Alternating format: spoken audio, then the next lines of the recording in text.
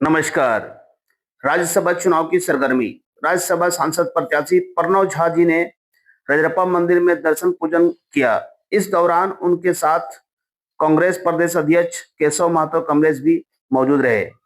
मंदिर दर्शन कर लौटने के क्रम में स्थानीय विधायक ममता देवी एवं शहजादा अनवर जी से शिष्टाचार मुलाकात हुई। इस अवसर पर क्षेत्र के कई कांग्रेसी कार्यकर्ता एवं समर्थक भी उपस्थित रहे।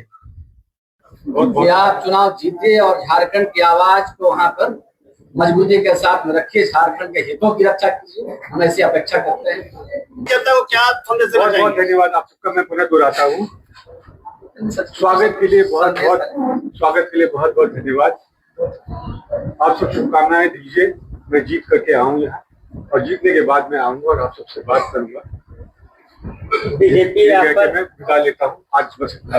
और हम लोग राज्यसभा चुनाव में दो कैंडिडेट जो हमारे हैं गठबंधन के, झारखंड मुक्ति मोर्चा के बैजनाथ राम जी और हमारे कांग्रेस पार्टी से भाई प्रणव झा जी, दोनों की जीत सुनिश्चित है।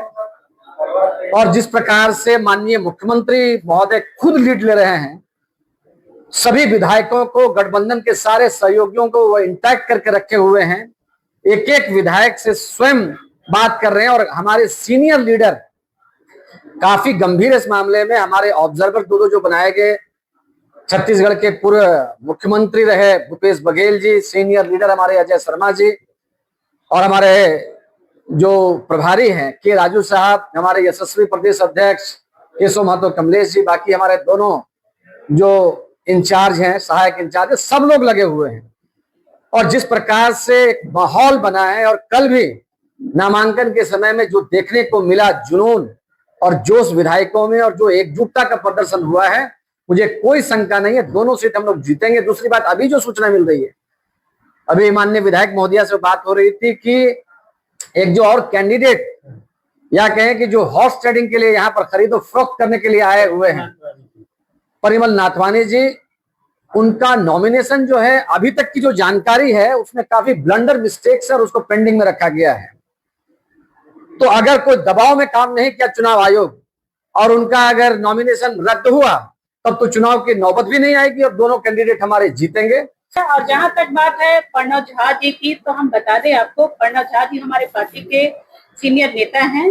वो बोकारो जिला के रहने वाले हैं, साथ ही साथ वो यूथ कांग्रेस से लेकर के और आज आदरणीय हमारे राष्ट्रीय अध्यक्ष खड़गे साहब के सलाहकार भी हैं। के हमारे नेता हैं आदित्य साहू जी, प्रदेश अध्यक्ष है, राज्यसभा के सदस्य है। उनको इतना ज्ञान नहीं है कि यहाँ पर जो है अलायंस की सरकार चल रही है और इंटैक्ट है, और 56 MLAs का स्ट्रेंथ है।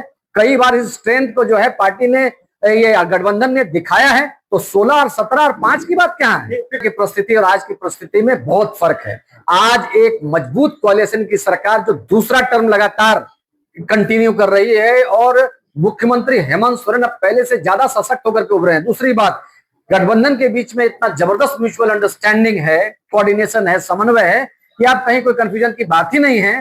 पहले तो राज्यसभा का ये चुनाव हो रहा है, और इंडिया गठबंधन की तरफ से जो हमारे प्रत्याशी हैं, आदरणीय बैजनाथ राम जी, आदरणीय प्रणव झा जी, मैं इन दोनों कैंडिडेट्स को ढेर सारी शुभकामनाएं देती हूँ और एडवांस में बधाई भी देती हूँ इनको, क्योंकि ये इंडिया गठबंधन बहुत ही मजबूती के तौर पर यहाँ पर झारखंड में चल रहा है।